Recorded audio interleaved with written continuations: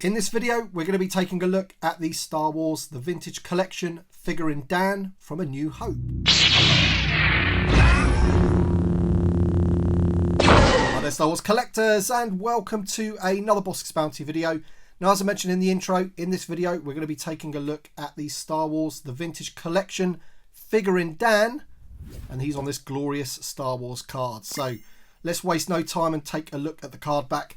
This is a really, really lovely card back. You can see him there, one of the band members from the Cantina. And I think they've done a really good job with that image there. I love the green on the name pill and behind the figure. Makes him pop. And of course, we've just got the double racetrack design with the Star Wars logo. And once again, that gets covered up, which is a bit unfortunate with that warning thing in the corner there. We've got the Kenner logo at the bottom.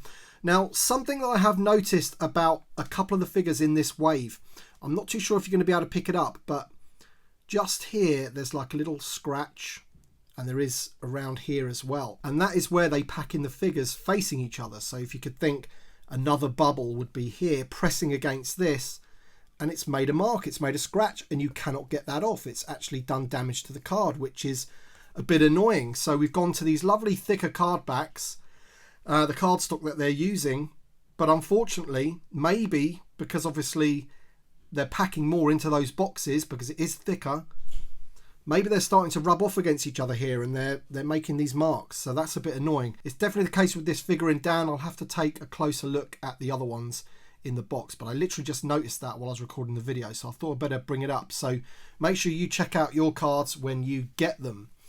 Back of the card on this one, it's VC249. We have the Hong Kong import sticker there because I did get this wave from Robot Kingdom, which I believe is based in Hong Kong, I think. There's some of the other figures from the wave, load of legal gump on the back.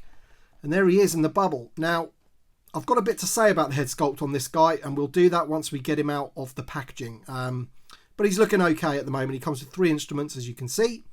So let's crack him open and we'll take a look. Alright then, so here he is out of the packaging. This is Figrin Dan from the Modal Nodes.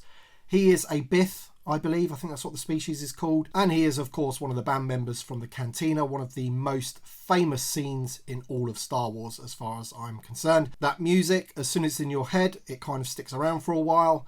And all in all, this is a pretty good figure. I do like the sculpting on the head and the hands. That's pretty awesome. Eagle-eye collectors out there will probably recognise the legs and the boots. And if you don't, then take a closer look at your Death Star gunner. You'll see what they've done there. But apart from that, I think from the waist up, it's all new. Pretty sure it is anyway.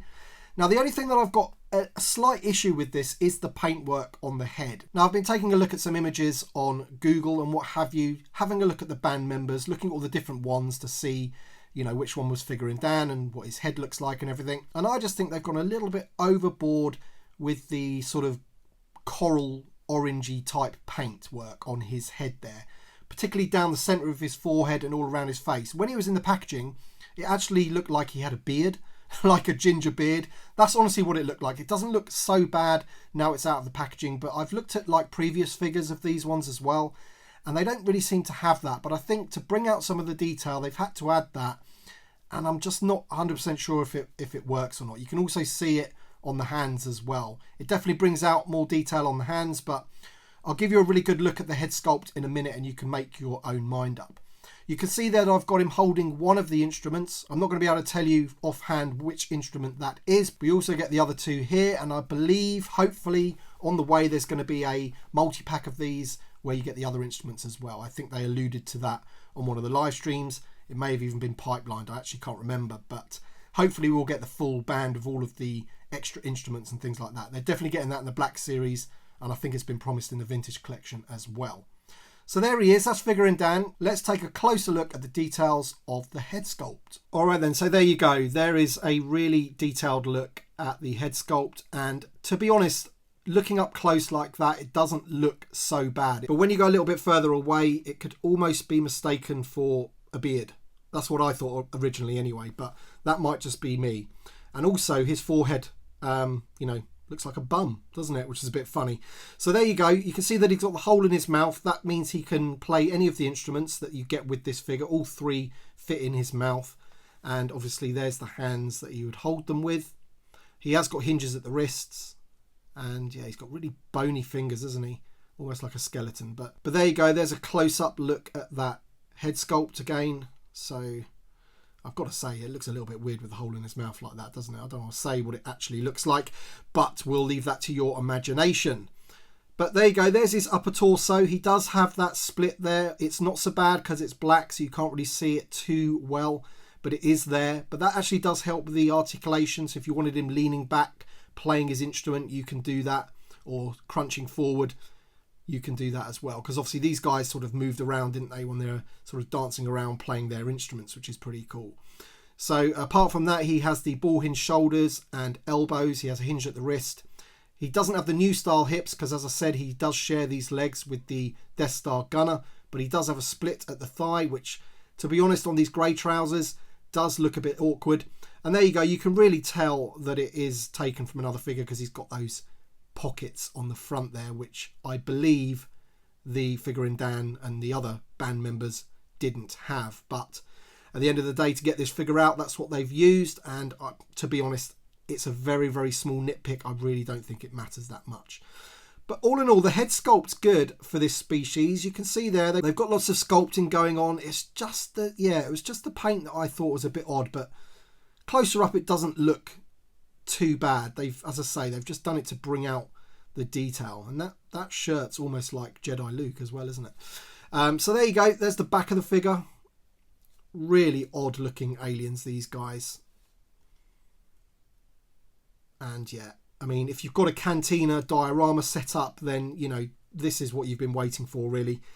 Get yourself 4 or 5 of these, or wait for the multi-pack with the extra instruments and things like that, and you can really set out that cantina. Of course, there still are a lot of the other canteen patrons that we need in the vintage collection, but this is a good start. He also has hinges on the ankle, and he has the knee joints as well. A quick look at the accessories. You can see here they're actually detailed quite nicely. You've got that little tube there on the end of that one, and this one's sort of like a silver and grey. Not bad at all, that one. I think that's probably the best one of the 3. You can see all those like little buttons sculpted into it and things like that. So that one's pretty good. Then you have this one, which is more of like a grey plastic, but it does have some paint on it. It has like a gold trim along there and a silver bit at the end. This is a bit like an oboe, I guess, isn't it?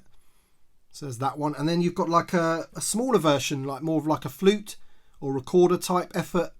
And that one's got no paint on it at all. That one is just a grey piece of plastic, but it's being so small, I really don't think that matters too much. But again, all 3 fit in the figure's mouth. Not too much else to say about this guy because it really is like a background character. You know, they're just going to be in the sort of background of your setup, of your diorama, however you have these guys, whether they're on a shelf, in like a cantina setup, they're going to be in the background, aren't they? Playing away, entertaining everybody in the cantina. So let me know your thoughts in the comment section below. Thank you so much for watching this video.